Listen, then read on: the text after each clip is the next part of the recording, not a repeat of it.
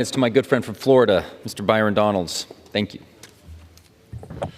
I want to thank the gentleman from Utah, our new vice chairman, and I want to congratulate him as well. Mr. Speaker, President Biden consistently has stated that he never discussed businesses with Hunter Biden's associates. That is a lie. Let me repeat that even for the colleagues across the aisle. It is a lie. Throughout our extensive investigation and from the lips of credible witnesses, it is abundantly clear that the Biden family business is Joe Biden. Let me emphasize, there is no Biden family business except for Joe Biden's 40-plus year career in Washington, D.C. That has been the family business.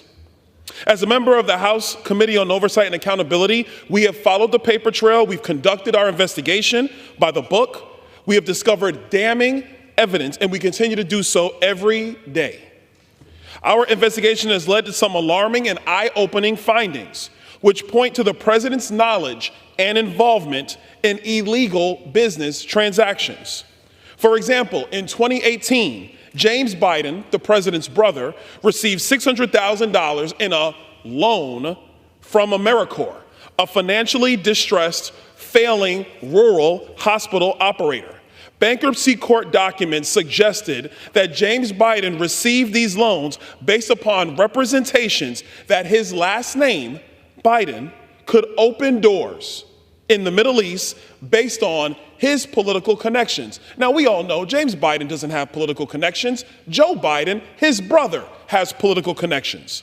Specifically, AmeriCorps wired a $200,000 loan into the account of James and Sarah Biden.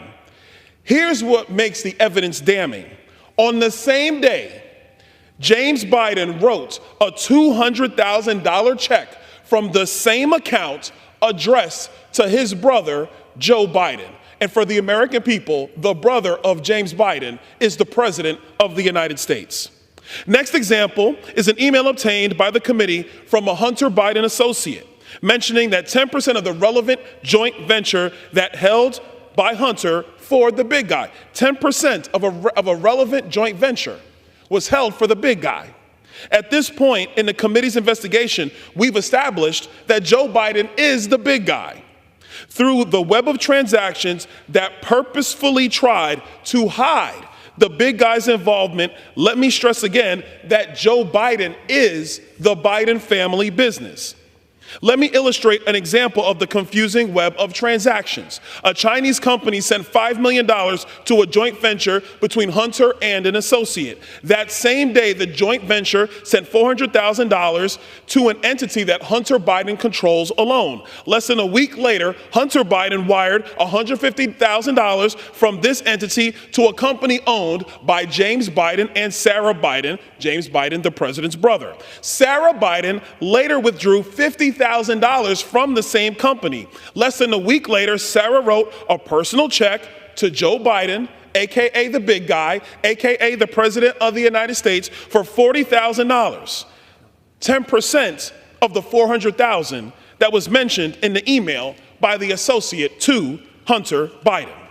Another example is when a confidential human source overheard a Burisma executive claiming to have bribed then Vice President Joe Biden for $5 million. As I stated earlier, Joe Biden consistently says that he never discussed businesses with Hunter Biden's associate. This was a blatant lie by the commander-in-chief, and the American people deserve to know the truth. Joe Biden never thought that the Oversight Committee would get this far in its investigation. And additional damning evidence will soon be revealed to the American people. This leads me to my next point. The Foreign Agents Registration Act, or commonly known as FARA. To be clear, Hunter Biden has never, and I repeat, never registered as a foreign agent, despite his lucrative work being done on behalf of foreign interests and his many travels on Air Force Two. And that wasn't just because he missed his dad. Specifically, Hunter has been documented business transactions with a Chinese government-based energy company called CEFC. Interestingly enough, the same company, CEFC, is the same one that is affiliated with the company that sent $5 million to Hunter Biden. How is this not the definition of being and acting as a foreign agent? Paul Manafort was convicted for far less. The time is now to open up an impeachment investigation pertaining to the president's direct link to blatant corruption, pay-for-play tactics, and acting as a co-conspirator to the crimes committed by his family on behalf of Joe Biden himself. The committee will continue to do our due diligence. We will not be worried about the distractions from the Democrats and from the press. We will dig through the confusing web of Biden LLCs, which I will add, Mr. Speaker, the confusion of these companies and the confusion of these transactions were done on purpose to conceal this money from the American people, and I will also add to conceal the money from the Internal Revenue Service. Because, you know, Joe Biden likes to talk about everybody paying their fair share except him and except his son. They're not concerned about a fair share.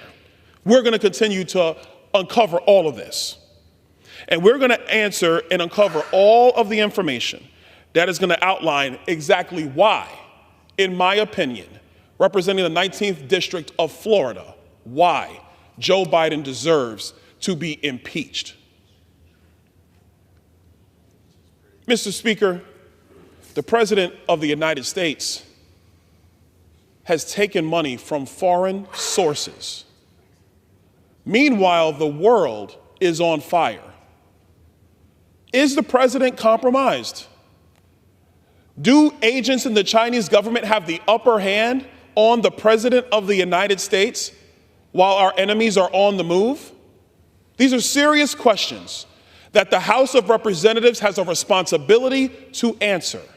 And the way to get all that information is through the impeachment inquiry, which will continue here in the People's House. And with that, I yield back.